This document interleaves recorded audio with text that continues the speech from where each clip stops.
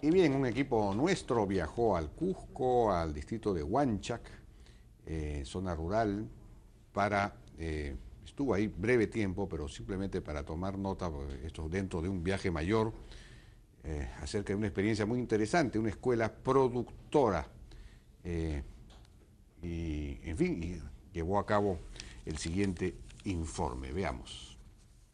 Nosotros estamos trabajando diferentes tipos de hortalizas, como ven, lechugas, cebollas, culandros. Estudiantes de primero a quinto de secundaria están siendo capacitados en diversas tecnologías agrarias en sus escuelas. Esta iniciativa de Sierra Productiva está teniendo importantes resultados, como la mejora en la alimentación de los jóvenes. Era un proyecto para nivel de SECOSA, de comunidad, pero viendo que este era un colegio agropecuario, nosotros habíamos visto porque se instale aquí en nuestra institución, y Sierra Productiva nos ha apoyado con galpón de cuis, galpón de gallinas, fitotoldos, semillas para pastos, semilla para hortalizas a campo abierto. El beneficio es que primeramente se mejore su alimentación y su calidad de vida de los estudiantes y del poblado de Ampara Este.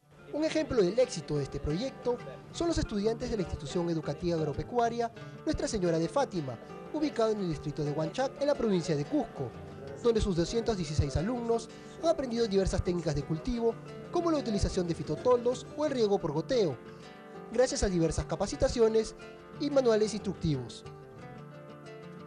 Tenemos como repollo, culantro, lechuga, beterraga y pepino. Acá no solamente cultivan productos de climas fríos, ¿verdad?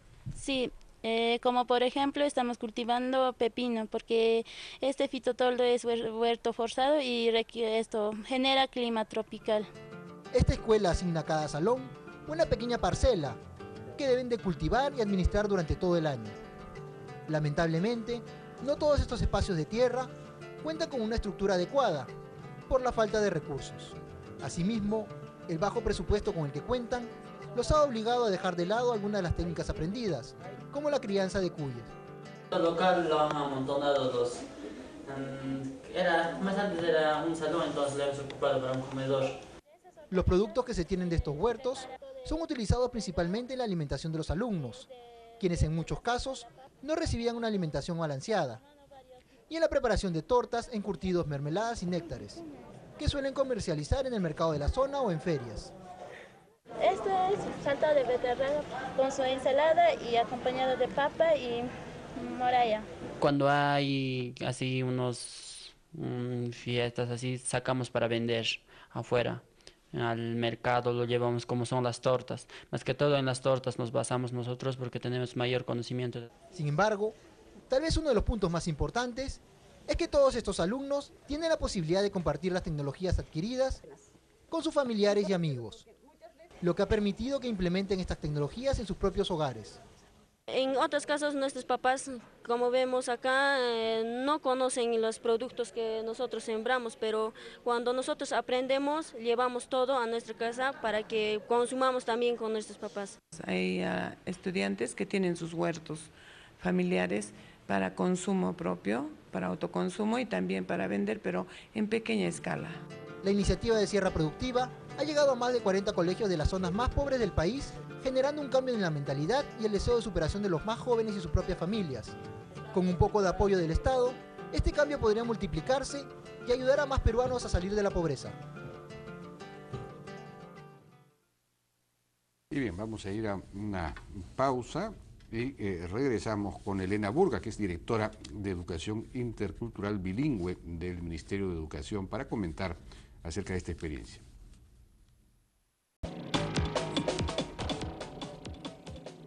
Y bien, entonces estamos con Elena Burga, directora de Educación Intercultural Bilingüe del Ministerio de Educación.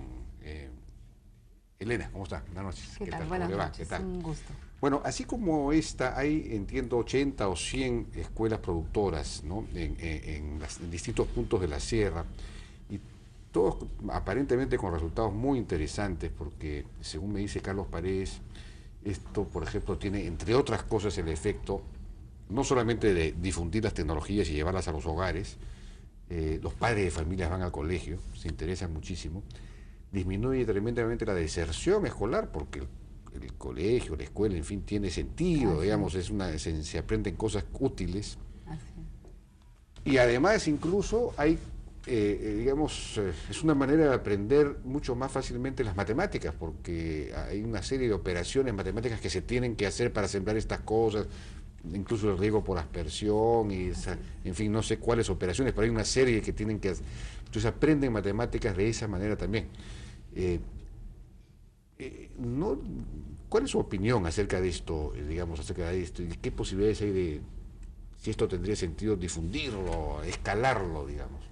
Bueno, en primer lugar, esta es una experiencia que ya viene varios años. Como esta también hay otras en diferentes regiones del país. En la Amazonía también hay algunas experiencias interesantes en ese sentido.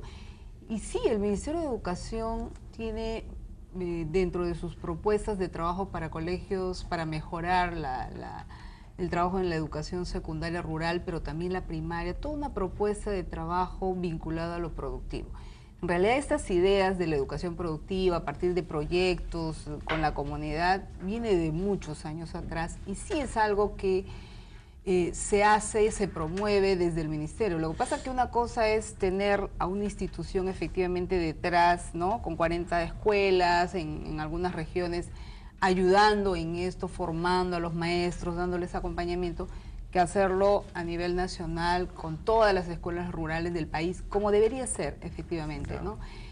Sí es algo que nosotros, por ejemplo, estamos promoviendo en los colegios, incluso toda la estrategia de trabajo en zona rural es productiva, es basado en las actividades productivas de las comunidades, incluso la propuesta, por ejemplo, que tenemos de educación intercultural bilingüe en zonas indígenas, de trabajar, toda la propuesta está basada en los saberes de las comunidades, en las tecnologías que ellos han desarrollado tradicionalmente durante siglos, pero también en tecnologías nuevas que se articulan desde un enfoque intercultural y se promueve que los niños aprendan, porque justamente como decías tú, se aprende mejor, ¿no? O sea, eso definitivamente está comprobado, le da significatividad, le da un sentido al aprendizaje. Y no solo se aprende la matemática, en realidad todas las áreas de desarrollo curricular están vinculadas. Pero ahí sí tenemos un gran reto, incluso en la experiencia. Sí. Incluso, ahora que recuerdo, Carlos contaba que sirve para la escritura, es decir, pueden contar, contar cuentos o la experiencia de cultivo, en fin, sirve para aprender a relatar, digamos, ¿no? Cosas de ese tipo. En realidad todas las áreas se vinculan, es a partir del proyecto productivo que empiezas a desarrollar comunicación, produces textos, las ciencias mismas, los tipos de suelo, hay cantidad de conocimientos implícitos y explícitos en todas las actividades productivas que hacen en la crianza de cuyes, en las siembras de hortalizas y todo eso. Hay un montón de conocimiento, además es una forma muy buena de entrar a revalorar los conocimientos de las propias comunidades, de los padres de familia y a darles ese plus de conocimiento nuevo, de tecnología adecuada que les permite a ellos recuperar lo suyo, pero también incorporar conocimientos nuevos, ¿no? Que les ayudan a mejorar sus prácticas. Y efectivamente los padres de familia les encanta este tipo de cosas, se vinculan mucho más a la escuela. Allí donde hay este tipo de experiencias, la escuela incluso funciona mejor, se gestiona mejor. Lo que sí te puedo decir que nos falta como ministerio, y creo que también en las experiencias de estas ONGs, es trabajar mucho más el proyecto productivo. Muchas veces los niños, los jóvenes, los padres, todos participan en los huertos, en las chacras, en la crianza de los cuyes, pero todavía sigue siendo muy poco lo que se vincula a la escuela. O sea, yo creo que se podrían trabajar muchísimos conocimientos más a partir de esas experiencias.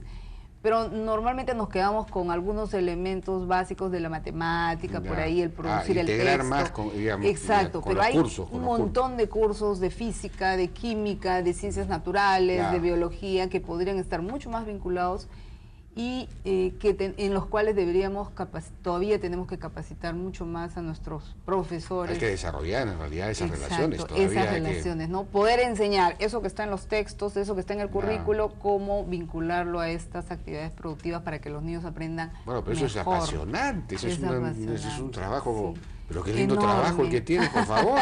¿Ah? Sí, sí, y en realidad sí lo estamos haciendo, lo estamos trabajando, pero cuesta mucho trabajar Claro. eso. O sea, Sí, pues. estamos iniciando, a pesar de que estas son cosas que se vienen hablando desde hace décadas, en realidad creo que en los últimos años recién se ha empezado también en el Ministerio a trabajar de manera sistemática propuestas mucho más pertinentes a las comunidades rurales, ¿no? Claro, sí, pues, interesante. Ahora, claro, aquí, por lo menos en Sierra Productiva hay como 2.000 o 3.000 yachachic, digamos, que Sí, son estos que son los campesinos sabios mismos de las comunidades. que conocen las tecnologías, que las han aprendido y las transmiten también. Entonces ahí hay una base interesante para difundir, ¿no? Un yachachic podría tener pues a varias escuelas, sí, asesorando. asesorando, Sí, y sí. entonces, y la escuela es un foco de difusión, entonces, no sé, de repente el sector de educación termina resolviendo el problema de la agricultura rural andina y a su vez termina por la agricultura se resuelve el problema de educación, una cosa interesantísima. Sí, en realidad sí la escuela tiene que tener este rol también de que la educación ayude a mejorar la calidad de vida Claro. de los estudiantes y de sus familias, ¿no? Y también a la inversa, la comunidad y todo lo que se desarrolla en la comunidad tiene que ayudar a que la escuela vincule eso y los chicos aprendan mejor. Eso es algo que es definitivamente claro, que tenemos que seguir trabajando en esa línea, pero sí hay que construir todavía mucho más propuestas mucho más claras de cómo hacer esa articulación, ¿no? En las experiencias que se han visto, como las de Sierra Productiva, sigue siendo todavía muy poco lo que se aprovecha para el aprendizaje de los Claro, chicos, ¿no? claro, claro. Y ahí podríamos dar este salto que PISA, imagínense todo lo que los chicos podrían aprender con sentido, con racionamiento, con una mejor disposición Claro. por el aprendizaje. Tenemos un serio problema de que todavía la escuela, incluso en las zonas rurales, se da en las cuatro paredes cuando tienes ahí el universo para un aprendizaje significativo, con mayor pertinencia, ¿no? Pero eso es algo que sí estamos seguros de que se van a ir viendo los resultados en los próximos años, ¿no? O sea, ya se viene trabajando. Esas experiencias, como otras que hay también en la Amazonía, se están recogiendo. El Ministerio de Educación sí está haciendo un esfuerzo enorme por recoger estas buenas prácticas, ¿no? Claro. Y convertirlas en políticas de Estado, en políticas públicas, que incluso en documentos donde se sistematizan y se vuelven a entregar a los maestros para que sean trabajados en la escuela, ¿no? De acuerdo, sí, En pues eso es importante. Ahí hubo Richard Webb publicó el día lunes un artículo,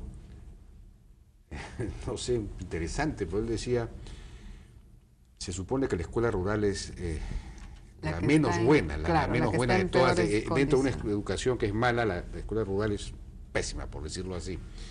Y sin embargo, el sector rural es el que más ha crecido en los últimos Así es, 15 años, es digamos, verdad. en sus ingresos, en su integración al mercado y todo.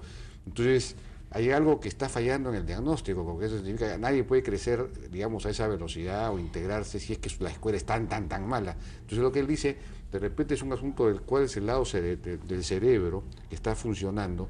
Y claro, gente que cuando la familia es una unidad económica, entonces ahí se desarrollan una serie de habilidades, ellos aprenden las habilidades dentro de la familia, Sí, más que en la escuela. exacto. Pero si la escuela se vuelve productora también, Así entonces es. Haces se ese enganche. ¿no? haces ese Haces enganche, ¿no? Pero en realidad, sí, definitivamente falta hacer mejor ese enganche. Pero si uno mira los resultados de la evaluación censal, no digo la de PISA, que la de PISA también ha ido subiendo, aunque no llegamos ni al anterior a llegarle, pero en las evaluaciones censales que se hacen, en las zonas rurales sí ha ido moviéndose, digamos. Lo que pasa es que tú tienes a los que están en el nivel 2, que es el nivel deseado, a los del 1 y a los -1. Lo que ha ocurrido en la zona rural, y eso lo vemos en la evaluación censal, es que los -1 son los que han empezado por lo menos a salir del fondo del pozo, ¿no? Porque efectivamente en las zonas rurales la situación es crítica, y en las zonas indígenas, ahí donde los niños hablan una lengua originaria como lengua materna, es la más crítica aún. Eso está funcionando, porque yo he leído, recuerdo algunos trabajos de una antropóloga, no recuerdo el nombre en este momento, que decía que la educación bilingüe tenía el problema de que los padres de familia no la querían, porque los padres de familia quieren que se les enseñe no en quechua, por ejemplo, sino en castellano, porque el castellano es el vehículo para el progreso social. Entonces había resistencia. Sí, lo que pasa es que los padres quieren que sus hijos aprendan castellano. En realidad ellos no dicen, no quiero que aprendan quechua, quiero que mi hijo aprenda bien castellano y no sufra lo que yo he sufrido. Claro. La educación intercultural bilingüe busca que los niños aprendan un buen castellano, que aprendan el castellano como segunda lengua, con una metodología adecuada de segunda lengua como corresponde, y no como lo están aprendiendo ahora de la peor manera, de tanto escucharla, pero sin una buena metodología. Y lo que propone es no dejar de lado la lengua originaria, el quechua, el aymara, el chipibo, la chánica, sino hacer niños bilingües, que además aprenden castellano con una metodología adecuada. Esa es la educación intercultural y bilingüe que nosotros estamos promoviendo y que sí es posible. O sea, en muchos países del mundo los niños son bilingües desde pequeños, no dejan de lado su lengua materna originaria y aprenden una segunda lengua perfectamente. Todo depende de tener un buen maestro formado, las condiciones adecuadas, los materiales adecuados, que es lo que nosotros ahora estamos trabajando arduamente para proveer a estas escuelas, ¿no? Muy bien, Elena Burga, muchas gracias por tu participación en la Gracias, Hora N. Vamos a ver, ojalá que esto se pueda difundir. Ahí están los yachachi que habría que hablar. Sí, los sabios, sí. Sí. Muy bien, eso es buenísimo. Definitivamente ellos tienen un rol fundamental en la escuela también. Claro. Muchas gracias. Vamos a una pausa. Ojalá